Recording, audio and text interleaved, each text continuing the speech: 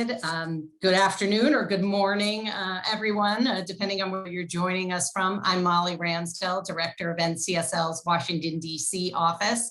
And we are so glad you could join us today for a briefing on the American Response Plan, which was signed into law last week. Michael, next slide.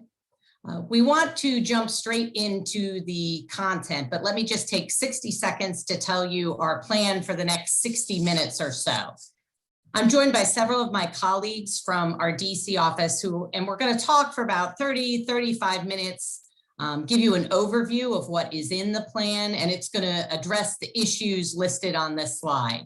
We will relieve the remainder of the hour to answer your questions. So go ahead during the presentations and feel free to put your questions in the chat. Time permitting, when we're finished, if we've gone through all the questions in the chat, we'll ask anyone who wants to raise their hand, who maybe didn't get the opportunity to put it in the chat. We'll unmute your line and take your questions then. If anyone would prefer to ask NCSL staff a question offline, obviously you could send them a question directly, or you can email me or one of the staff after the program, and we'll provide everyone's contact information at the end of the program. And finally, we will be recording the presentation and we will make it available after if for some reason you have to jump off early or you want to share it with one of your colleagues. So let's go ahead and get started. Michael, next slide. The American Rescue Plan is the sixth, what we'll call response or recovery package enacted by Congress, weighing in at some $1.9 trillion. It's comprehensive like the CARES Act was, having everything from checks for individuals to expanding unemployment benefits to providing funding for vaccine-related activities, school, childcare, nutrition, housing, and a host of other issues. So we're going to jump right in, as I said, and start discussing first the direct state and local aid. And I'm going to hand the program over to my colleague, Alinda Doherty, to talk further about that. Michael, next slide. And then on to the next one for Alinda. Alinda? Yes, thank you so much. Good afternoon, everyone. Thank you for joining us today. As Molly mentioned, the state and local aid package of this sixth round of COVID relief is significant. It is as significant or perhaps even a little bit more than what was given to states from the CARES Act. So obviously a big, huge help to states and localities. And so I'm going to break down here some of the main points of the state and local aid package as we know. As you can see here, so $350 billion went to states and cities and counties and tribal governments for various reasons and purposes, which I'll get into in just a minute. But important to note about this big fund was that it was more flexible than the CARES Act or the CARES Coronavirus Relief Fund, which was $150 billion that went to states and localities. States and local government recipients have until December 31st, 2024 to use the funds. And significant with this package or this amount is that the dollars can be used to replenish revenue losses due to the shutdown of the economy. And also important to note that we are working very closely and directly with Treasury to clarify the regulatory guidance on the state and local fund, and are happy to take any questions and concerns that you all may have as we move forward in that process. Next slide. Again, as a more detailed breakdown of the funds of the state and local package, $195.3 billion goes to states and the District of Columbia, with a minimum of $500 million going to each state, and the remainder of the $169 billion to be allocated based on the state's share of unemployment for the last 3 months from October to December 2020. It also provides $130.2 billion to local governments.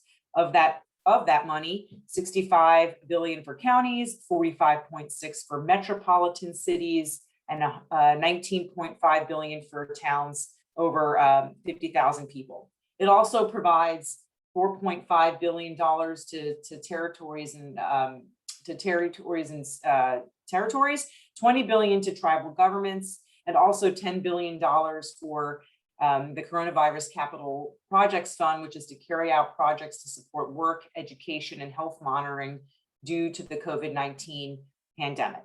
Next slide, please.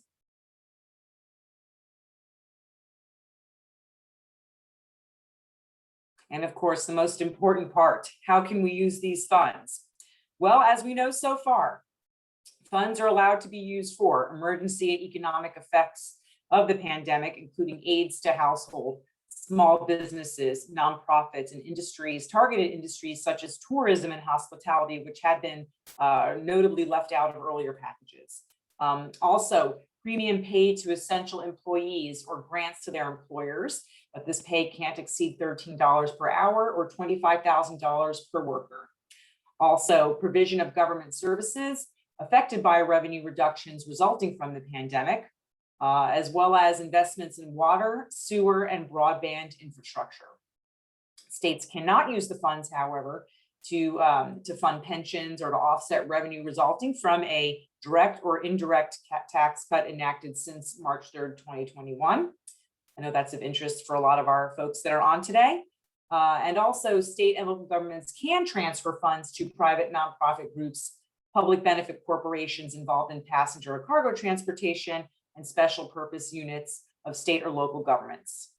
Next slide.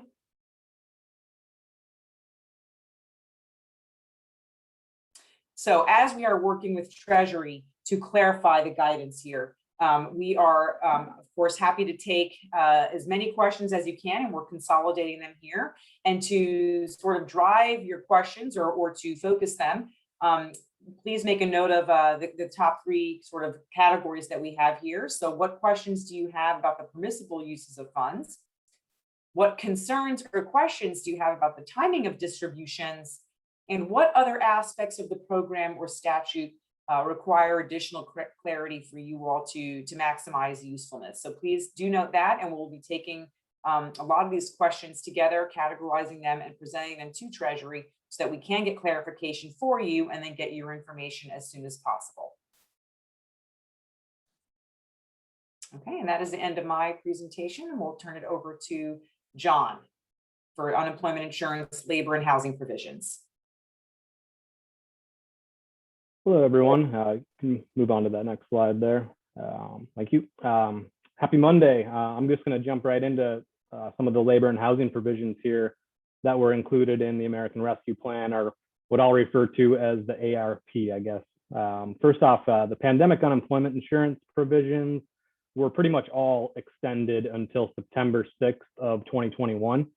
And this includes the $300 per week of enhanced payments through Federal Pandemic Unemployment Compensation Program, or commonly referred to as the FPUC, along with the Pandemic Unemployment Assistance Program, what's become to be known as PUA or PUA for gig workers and independent contractors, along with a Pandemic Emergency Unemployment Compensation Program, or PEUC. The plan also continues to fully fund the financing of state extended benefits for those who exhaust their weeks of regular unemployment, while full federal funding is still maintained for states that provide short-time compensation programs, or STC, which is also maintained through September 6th, through the September 6th date I mentioned. Another important change for those who received unemployment insurance payments last year, especially when it comes to filing their taxes, is the provision that now makes the first $10,200 of unemployment payments that were received in 2020 essentially tax-free or non-taxable for those households with income thresholds under that $150,000 per year parameter. So moving on to the next slide here, I want to mention that the package also extends state staffing flexibility for UI workforce agencies, and it includes $2 billion in administrative funding to the Department of Labor that will then be distributed to the states to detect and prevent fraud and help ensure timely payment of unemployment benefits. I'd also like to take a moment just to discuss briefly state unemployment insurance trust funds a bit more here. I think there was a question in the chat already in regards to this. Fortunately, the ARP does include another extension of interest-free federal UI trust fund loans that again goes through the September 6th date. However, there is some concern and uncertainty around state UI trust funds moving forward. As it was mentioned, we will need to get confirmation from Treasury Department on this, but we're just not positive if the direct funding this time around can be used for state transfers to UI trust funds in the same way that was made available from the previous COVID relief packages. And I feel it's really important to keep this in mind. At the present time, there are at least 20 states that have taken out federal loans for their UI trust fund loans.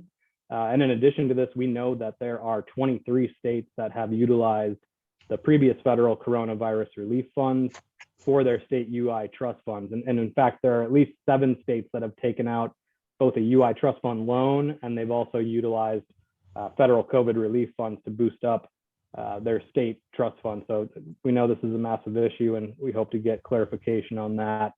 As of now, I believe states will begin having to pay interest on their federal UI trust fund loans after the September 6th date, unless they are further extended again later this year by Congress. And now switching gears here a bit, I wanted to touch on a couple of the emergency paid leave provisions in here. I wanted to highlight in particular that ARP now makes state and local governments in the public sector eligible for the reimbursable tax credit for paid leave in the same way that private sector employers were made eligible last year under the Families First Coronavirus Response Act, or FFCRA. However, due to budget reconciliation rules, the reimbursable tax credit will not be retroactive for state and local governments prior to FFCRA becoming law. The effective date will begin on April 1st, and it lasts through September 30th of this year. I would still 100% consider this a new provision, a big win for states, and this will no longer be an unfunded federal mandate on state and local governments to provide paid sick and family medical leave for reasons related to COVID. The bill also extends tax credits for employer-provided paid sick and family leave established again under that FFCRA from last year, and that goes through September 30th of this year as well. There should be a link in the chat box there that can provide more information from the IRS's website. However, we're still waiting for the IRS to update their guidance around this, and just not totally positive on when this will be posted just yet. Moving on to the next slide.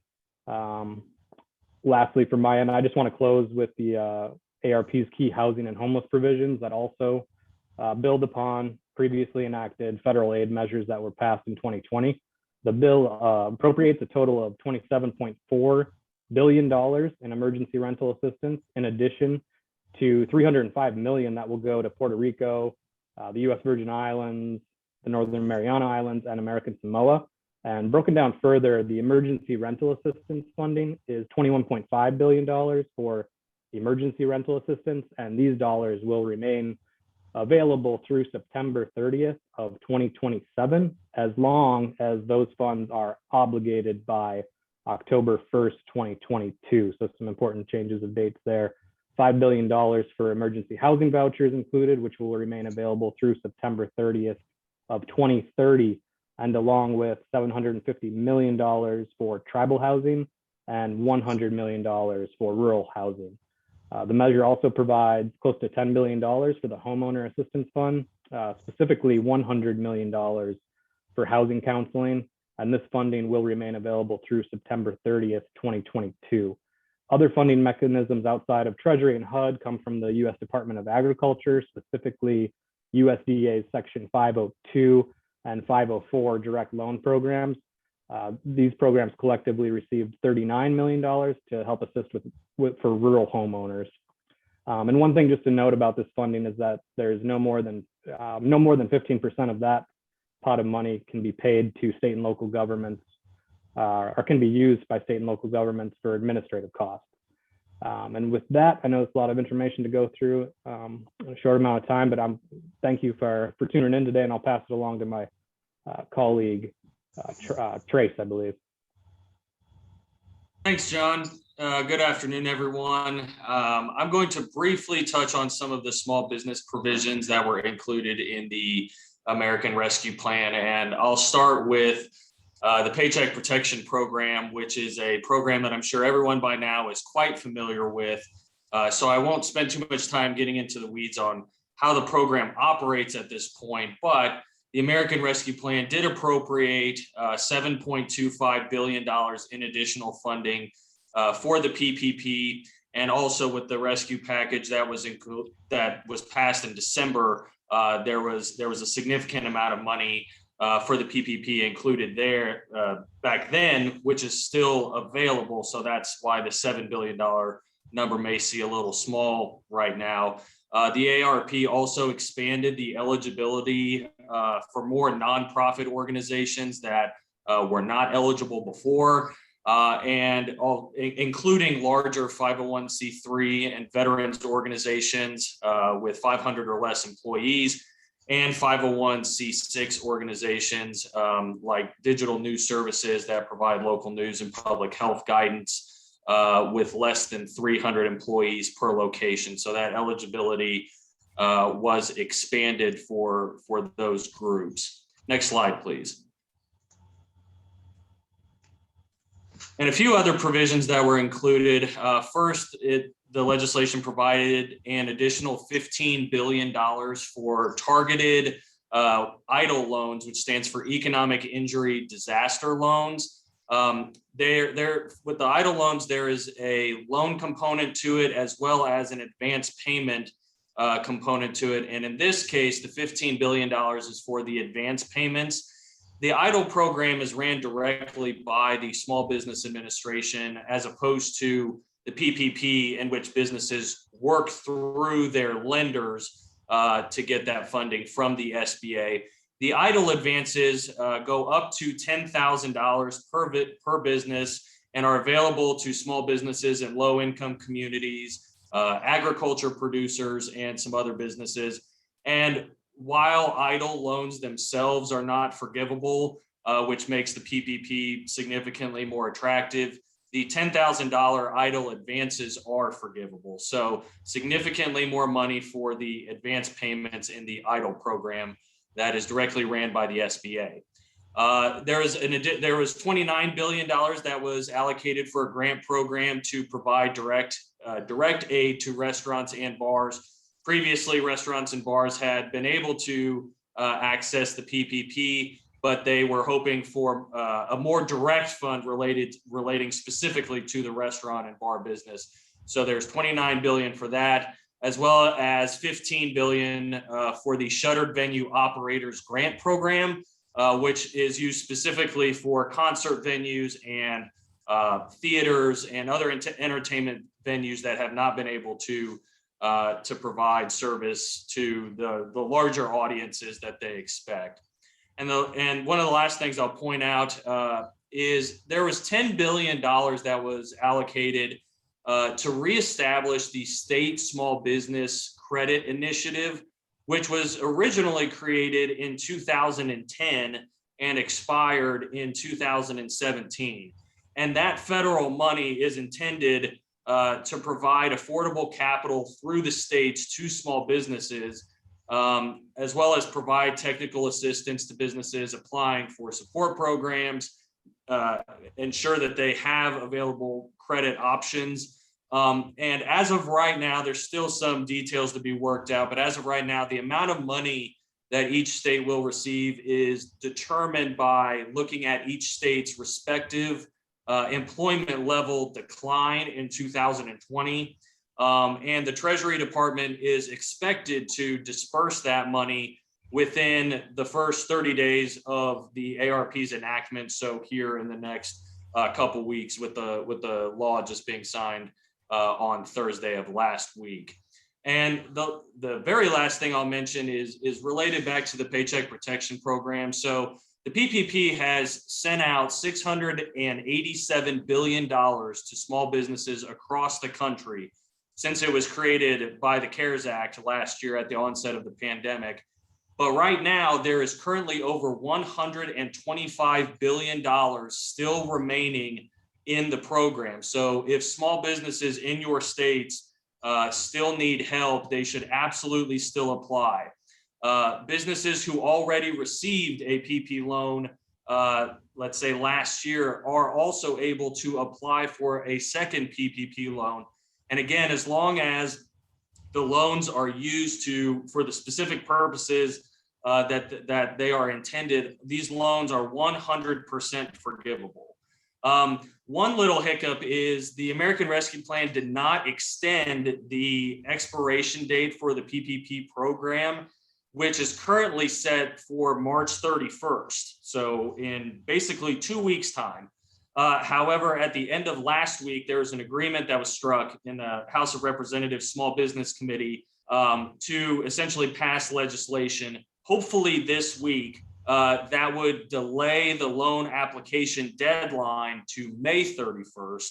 So it would push it back about 2 months, and it would give the SBA the ability to continue processing pending applications for 30 days after that date. So I anticipate that date being pushed back additional months. So if there are still businesses that need help, that need assistance, like I said, hopefully the deadline will be pushed back a few months. I suspect it will be. And there is still over $125 billion left to help small businesses. So highly encourage anyone in your states that need help, have them apply. So I appreciate your time and happy to answer any questions later. And I'll turn it over to Austin to chat about some education. Thanks, Trace. So most of the education funding in the American Rescue Package goes through the existing Education Stabilization Fund, which has been the relief structure that the past stimulus funding has used. So this means there's an additional $128 billion for K-12 education, and $110 billion of that dollars goes directly to local school districts. As before, these funds are distributed via the Title I formula. There's also an additional $40 billion for higher education. As before, these funds are sent to nearly every college and university based primarily on how many low-income students they serve. And there's another about $3 billion for K-12 private schools, which is supposed to be distributed and run by the governors and can be used to reimburse schools for direct pandemic-related expenses. There's also $3 billion for states for IDEA. There's $800 million to support homeless and foster youth.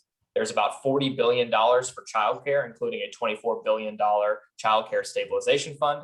There's also $7.2 billion for the E-rate program, which provides internet connectivity for schools and libraries. And there's another $5 billion to extend the pandemic electronic benefit transfer program. So I want to put all this funding into context in its totality across these three stimulus packages. First, the money for education, including for childcare, is nearly as much as the funding as states have received in flexible relief aid. So this is a very significant amount of education funding. Another fact that I think is worth keeping in mind is that the total money for K-12 education across these three stimulus packages is about 5 to 6 times the annual federal spending on K-12 education alone. And if you can see on this chart, K-12 students are going to receive about $4,000 per pupil when all of this money is distributed. So those are the big numbers, but let's talk about the uses. So first, with the Higher Education Relief Fund, these funds are sent again directly to colleges and universities. 50% of those funds must be distributed to students as emergency aid. Colleges and universities are responsible for determining this distribution, but they are asked to prioritize students with exceptional need. And the funds can be used by students to pay for anything that is considered as part of their cost of attendance at college. The remaining 50% of funds can be used by colleges and universities to compensate for potential revenue shortfalls or other pandemic-related expenses. So go to the next slide, please. So I think the fund of greatest interest to legislatures is the Elementary and Secondary School Emergency Relief Fund. Let's just talk about the structure of this. Again, 90% of these funds go directly to school districts. What's different about this time is that districts have to reserve at least 20% of funds to address learning loss. There is 10% of funds that can be set aside by the state education agency. This time, the set aside is a little more specific. States have to set aside 5% of state funds to address learning loss, 1% of funds to address summer school, 1% of funds to address after school activities, and 3% of funds are flexible use for states. So a question we're getting from states and we're tracking is, what authority does the legislature have over the Esser fund, which is the acronym pronounced for the Elementary and Secondary School Relief Fund? So the Education Stabilization Fund, as you might have noticed, bypasses state legislatures. It provides funding directly to state agencies, the local education agencies or districts, governors, and colleges and universities. However, there are maintenance of effort provisions, which I'll detail in a bit, that apply to state legislatures. So one question that we've gotten is, can the legislature direct that state 10% set aside in the Esser fund? And with all these questions, I think the answer is ultimately going to be subject to your SLAWs and fiscal review processes. But we have seen examples of legislatures that have directed the state agency to spend the set aside in certain ways. One outstanding question that we have is whether the legislature could direct the funding within those specific set asides, like after school programming. So another and maybe bigger question that we're getting is whether the legislature can direct how the school districts spend their funds. And the current Department of Education guidance says that the state agency cannot direct how districts spend their funds, but it doesn't provide a rationale for this. So in the past, within a similar funding structure in the American Reinvestment and Recovery Act in the Great Recession, the guidance was that the governor and the state education agency could not direct local school spending because the funding they received was distributed via federal formula and was meant to be flexible. However, we have seen in the last few weeks some legislatures that have withheld portions of school district funding. And there's also some thinking that I've heard from potential state attorneys general that think that if the funding through the Esser fund is put through the state's appropriations process, that the state can then direct how districts spend those funds so long as they stay within the federal guidelines. So all this to say, this isn't really a question of use, but rather state authority to direct agencies to spend these funds. And so it's not an issue that we're currently seeking additional clarifying guidance from the Department of Education, and would suggest that you follow your state's fiscal laws appropriately. So as I mentioned, the district uses are pretty flexible. There is a list that's included in the bill, but essentially there are very few things which these funds cannot be used for.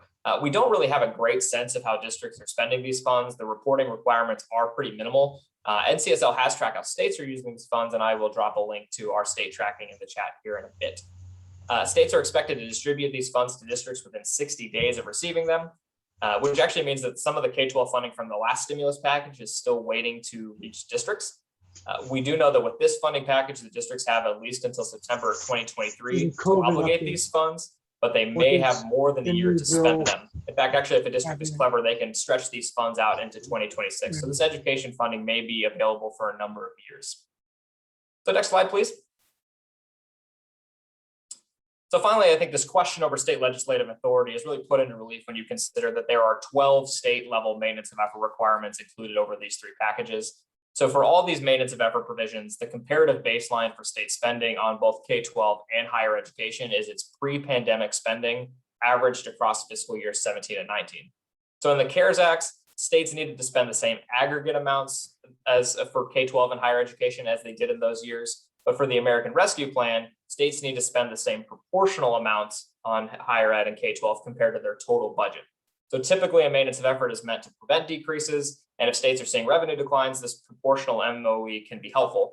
However, if states' budgets are increasing, which some are, this proportional MOE may actually require states to increase spending over the prior fiscal year. So the Secretary of Education, we know, can waive MOE provisions, but it remains to be seen, I think, how this department will apply that waiver process, and we're not expecting imminent guidance. Again, the first possible time for states to apply for waivers for fiscal year 20 is expected to be this fall. There is also a state maintenance of equity provision, which is new. And this essentially, and there's also a local maintenance of equity provision. On the state maintenance of equity provision, which applies to both fiscal year 22 and 23, the goal is to prevent disproportional cuts to essentially the 50% of districts that serve the highest percentage of low income students. And another provision attempts to prevent the 20% of districts that serve the highest percentage of low income students from having their per pupil funding cut below fiscal year 2019. So this could potentially be burdensome to states, but given healthy state budgets and the amount of state education aid, we think that these will be workable, but of course are ready to take up any issues with the Department of Education. So that is an overview of the stimulus funding for education and how that relates to state legislatures. So I'd like to turn it over to my colleague Haley, who will address the health issues in the stimulus. Thanks, Austin. Good afternoon, morning to everyone. Thanks for joining us. So I'm going to go over, this is just a quick snapshot of the health funding that was included in the package. A lot of emphasis on things like vaccine distribution and administration, enhancing, supporting, building out different public health work, support for health workforce, also looking at funding for Indian Health Service, and quite a few different provisions regarding mental health and substance use disorder treatment and access. For the full breakdown of all the Health and Human Services funding, that is in the summary sheet that Molly shared, but if you have additional questions, let us know. Michael, could you go to the next slide, please? And this is a breakdown of the Human Services funding piece, and I'll talk a little bit about the childcare piece on my final slide. But again, kind of funding that we've seen throughout a few of the several packages, kind of similar areas where funding is going in, and we have gotten some updates for some of these, what states will be receiving in the FFIS spreadsheet that is shared. So some things have gone out, some things we're still waiting to get numbers. But again, looking at human services side, other things like dealing with early childhood, home visiting, substance abuse block grant, Family Violence Prevention and Services Act. And this is just kind of a snapshot because we are a little bit limited on time to present. You can see the full funding breakdown in our summary sheet. So next slide, please. So among the provisions that were in the bill touched on a couple different areas in Medicaid, Medicare, health insurance, and childcare. On the childcare piece, and if people have additional questions, my colleague Margaret Wiles on the line today. What we do know, we're happy to have her answer in the chat, or we may need to follow up. But like I showed everyone on the previous slide, the Child Care Development Block Grant, which is one of the largest block grants that provides states funding for childcare, did receive pretty significant additional funding at $25 billion. And then there was also funding for childcare stabilization grants as well. So that funding, like I said, we're starting to get numbers, but I see that from the chat previously, some people had more detailed questions. So what we can answer today, we will. And then we'll take note of folks that we don't have a full answer for, and we'll get back to you. On the Medicaid piece, a couple of things that were included were around providing states the ability that if they wanted to expand their affordable care marketplace, if they wanted to expand that, if they wanted to expand the Medicaid marketplace, that they could do so and receive a 5% Fmap increase. It just has to follow the guidelines of the Affordable Care Act when you do an expansion with the population and what that would entail. A couple other Fmap increases were around the home and community based services. The final bill came out to about states can apply for a 10% increase for these services. It adds on to it's additional funding and on top of the base of these types of services. We've gotten a few questions. So you can get that Fmap increase. You can start applying for it starting next month. And then it goes for a year. In terms of the qualifying activities, we have a little bit more information in our summary on that. And we're happy to follow up with folks after as well.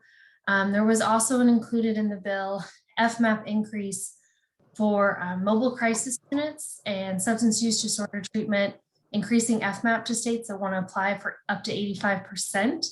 That window is a little bit longer than the home and community-based services. That's states can apply and they have up to 5 years, and funding can be used for, I think it's up to 3 years. So that is another Fmap increase. It's a little bit longer of a time period. And then one of the more talked about pieces that was included is that now states can also apply to get Medicaid coverage for postpartum women for up to a full year, whereas previously it had been 60 days under federal Medicaid.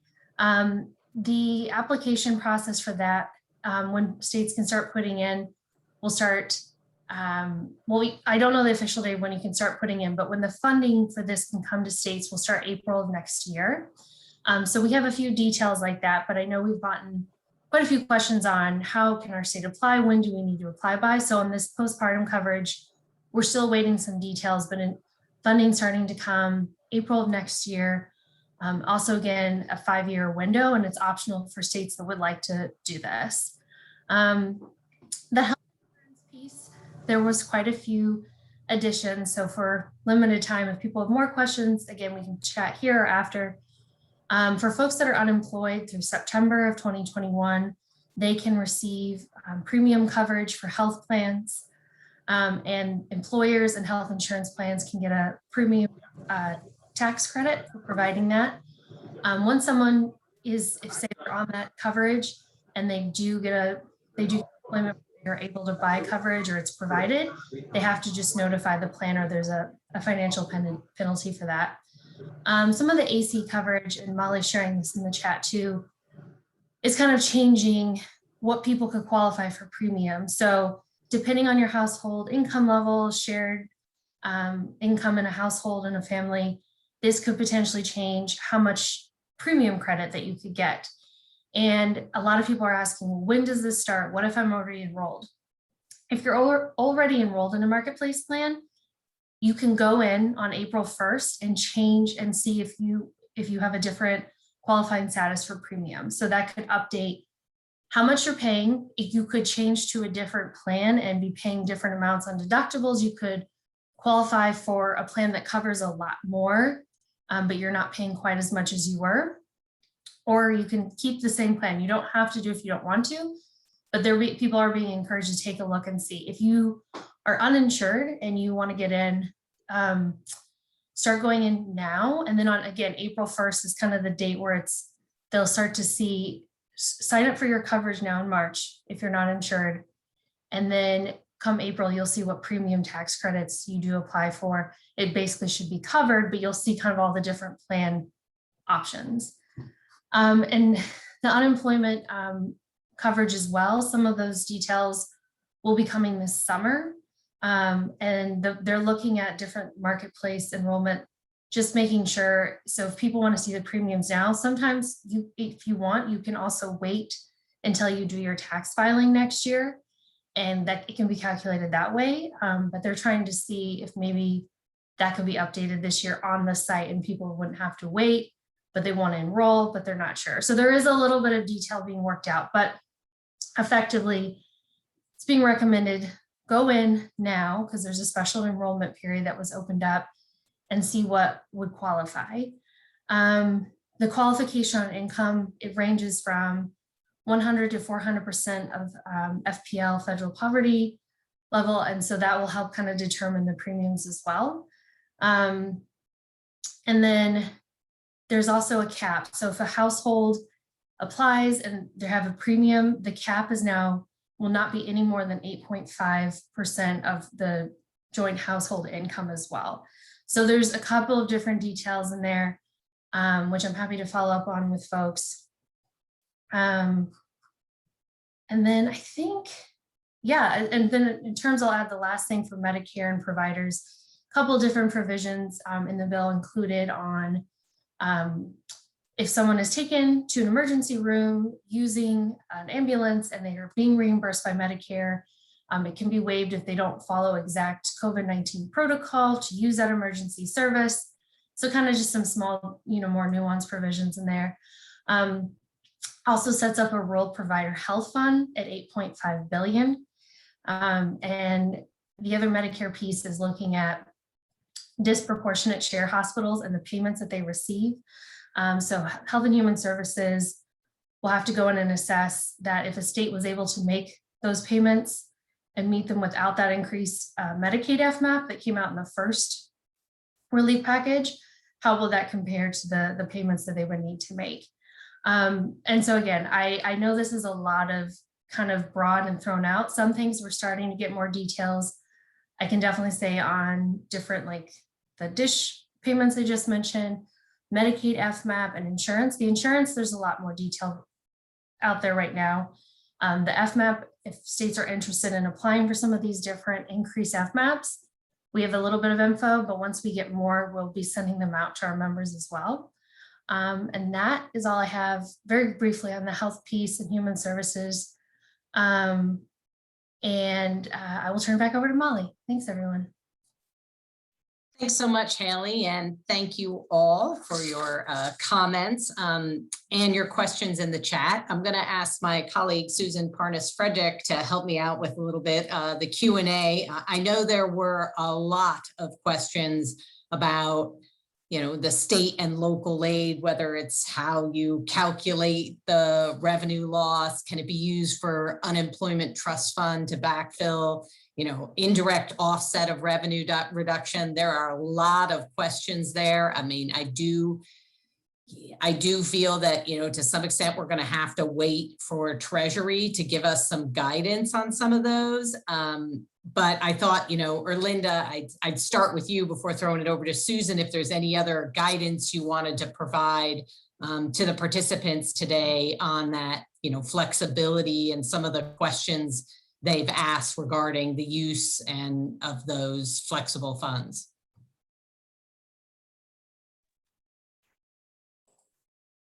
I've been cutting and pasting most of the questions that we've gotten today into a document because they're all, these are all the big questions that everyone has been asking and we've all been waiting for answers from, or are trying to get from Treasury in our dealings with them. But I can't answer the one question about the special purpose unit of state or local governments. I can definitely make some clarity on that one. And that would include water and sewer services, airport management and industrial development. So we can do some clarity on the definition of that with respect to, the transfer of funds to those other groups. That should hopefully answer someone's question on this chat line here. But for the most part, most of these are all the questions you have are exactly what we've been trying to field to Treasury to get clarity on as well. And Erlinda, there's been a couple questions about, the timing of when we think we might see something from Treasury. Do you have thoughts on that? Well, I mean, there's 60 days basically from the enactment of this legislation for the funds to be distributed. So we are hoping that in plenty of time within those 60 days that there will be some clarity from Treasury on that. So they've reached out to us and other state and local organizations. So we know that they are trying to clarify the guidance and get these questions answered, trying to make up for some of the piecemeal sort of regulations that came out with the CRF. So there's definitely been more of a dedicated effort to get some clarity in a more expedient time frame. But according to the law, there's 60 days for the first grouping tranche of money to be distributed. So I know that there's definitely urgency, or at least more urgency, I think, than there has been in the past. Thanks, Erlinda. Susan, do you want to ask the next question? Yeah, so I'm going to go ahead and direct this question to our education specialist, Austin Reed. We've had a couple come in on the education stuff. So and we had recent one here on the education money. Is the 1% that the SEA must use for summer enrichment separate from the 5% for learning loss? Or could one expenditure be used for both? They are separate set-asides, although in practice, it's probably both, because summer school could be considered an activity to prevent learning loss. So again, it's 5% of total state funds for learning loss, which I would expect we'll get some guidance on, but I would think that would be pretty flexible and broadly defined. 1% for summer school, 1% for after school, and 3% at the state's direction. And just as context, those set-asides were because some senators asked for them. So there's not necessarily a very clear policy rationale. So I would think that they'd be very flexible for states. Austin, I've got another one here on definitions. There's actually a couple. So one of our participants wondered if there was anything in there on government services, how that might be defined. And will it, as it relates to the ability of a state to expend funding for the provision of government services. And I'll toss that one up maybe to Erlinda if she's got some insight on that.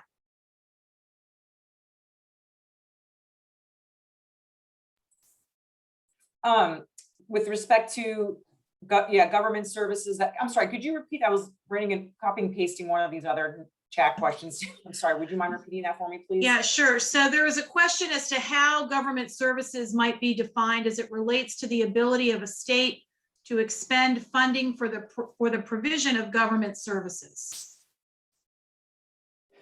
So so that obviously one of the main intents of this legislation was to prevent the provision or prevent the reduction of government services as states are struggling to provide those services that are needed during the pandemic. You know, with respect to that measure, you know, this is one of the main purposes that is the money is going to be used towards. But we can get more clarity with respect to that and add that to our list as well to further define and confirm exactly what that provision is referring to.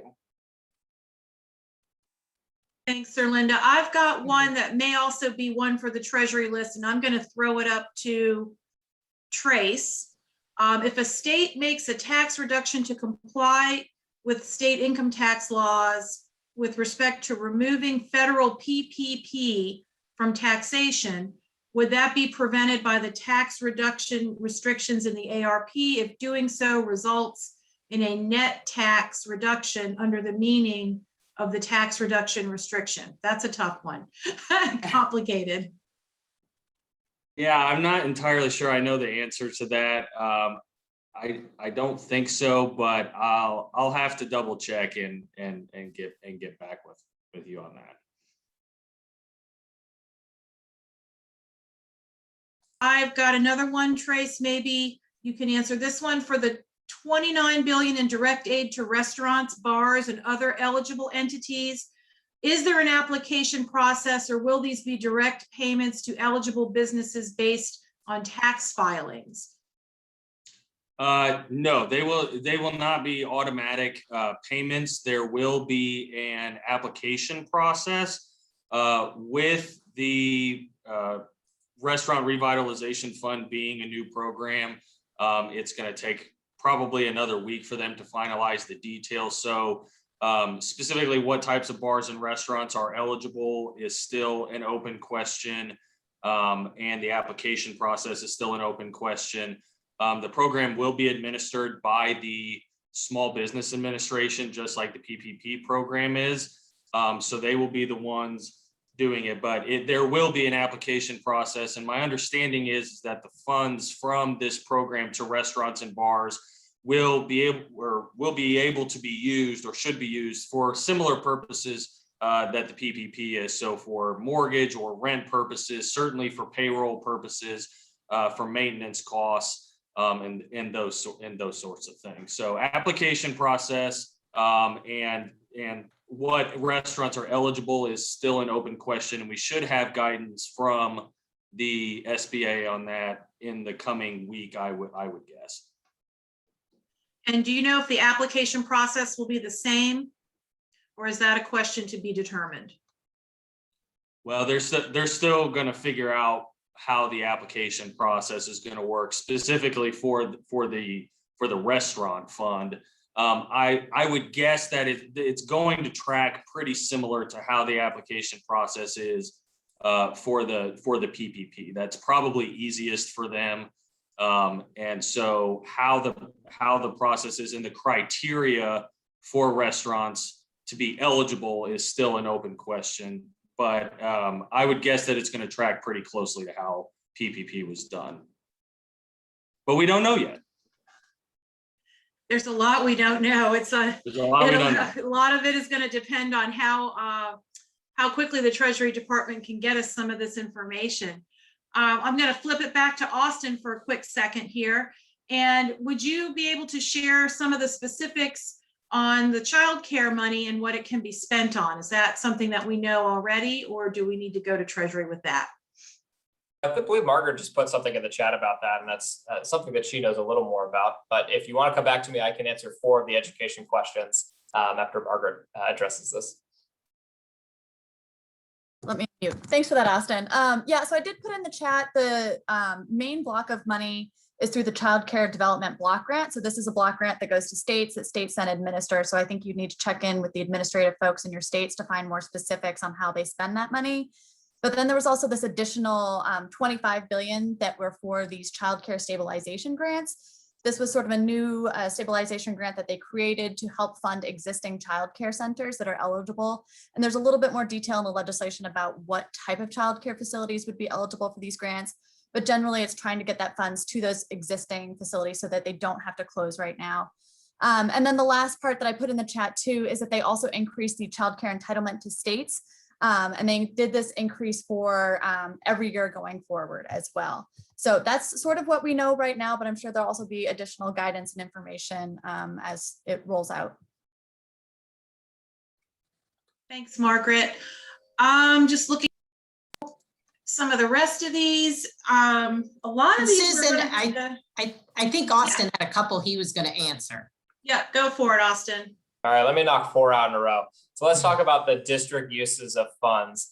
There's a question about whether it was 20% that the district needed to set aside for learning loss. That's correct. Every district needs to set aside at least 20% of their funds to address learning loss. And this is on top of the 5% set aside that the state has to engage in to address learning loss. So you combine the district set aside and the state set aside at the national level, there's at least $28 billion that have been set aside to address learning loss. A couple other questions on district uses of funds. Someone wanted to know if you could use these funds can fix or replace air filters in schools, and that is correct. Safety upgrades are permissible use of funds. Again, these are very, very flexible funds. There's also a question, are the education provisions subject to the Tidings Amendment? And the answer is yes. And the Tidings Amendment essentially says that carryover funds for education can be carried over beyond their spend date for an extra year to be obligated. So as we understand it, these district funds will be available for obligation through at least September 2023, but then the districts will have at least another year to spend it. Although I'm told that back in ARA that some districts were creative and were able to stretch out their education dollars for 7 years past the bill enactment date. So something to keep in mind. And then finally, there's a question about the state maintenance of effort provision. Wanted to know if there's one maintenance of effort for both K-12 and higher education, or if they're separate. And the answer is that K-12 and higher education are subject to separate maintenance of effort provisions. So when I said that there are 12 maintenance of effort provisions, there are 4 K-12 maintenance of effort provisions from fiscal year 20 to 23. There are 4 higher ed maintenance of effort provisions from that same timeline. And there are those 4 provisions for maintenance of equity, which apply for 2 fiscal years and have 2 prongs to those provisions. So in total, there are 12 maintenance of effort or equity provisions that states need to navigate as they're making budget choices. Thanks, Austin. That is about all I've got on my list. Molly, I'm going to turn it back over to you in case there's one I missed. Thanks, Susan. And I do want to be sensitive to everyone's time, given we are about at the top of the hour. I also want to, since we do have, excuse me, 2 or 3 minutes left, if there was anyone in particular who didn't have the ability to ask their question, but wanted to be, unmute themselves and ask the question or raise their hand, I want to at least make that opportunity if anyone was interested. Does anyone need to raise their hand?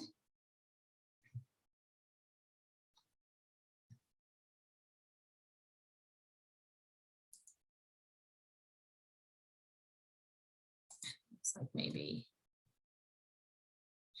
All right, so it doesn't look like there are any additional questions. I'll just do, excuse me, a few little wrap-up comments. First, I want to thank you all for joining us for the briefing this afternoon. As I put in the chat there, you can email me directly or any of the policy staff who deal on the issues we discussed today, or some of the other issues covered in the bill that we may not have discussed. Again, everyone's email is their first name dot last name at ncsl.org. We will make available after this briefing a copy of the slides, and as soon as we have recorded the session. So we will also share a copy of the recording that you can go back and listen to or share with your colleagues. If there aren't any additional questions, again, I'd like to thank you all for joining us. Please feel free to reach out if you have any additional questions. As Erlinda mentioned, and Susan as well, we are working very closely with Treasury and getting additional guidance. So please send all your questions so we can include them in the information that we share with them. I'm sure this will be the first of several briefings we will do moving forward as we have more information. So with that, I'm going to bring our program to an end, and thank you all for spending some time, your Monday with us. So have a good afternoon and a great week. Bye.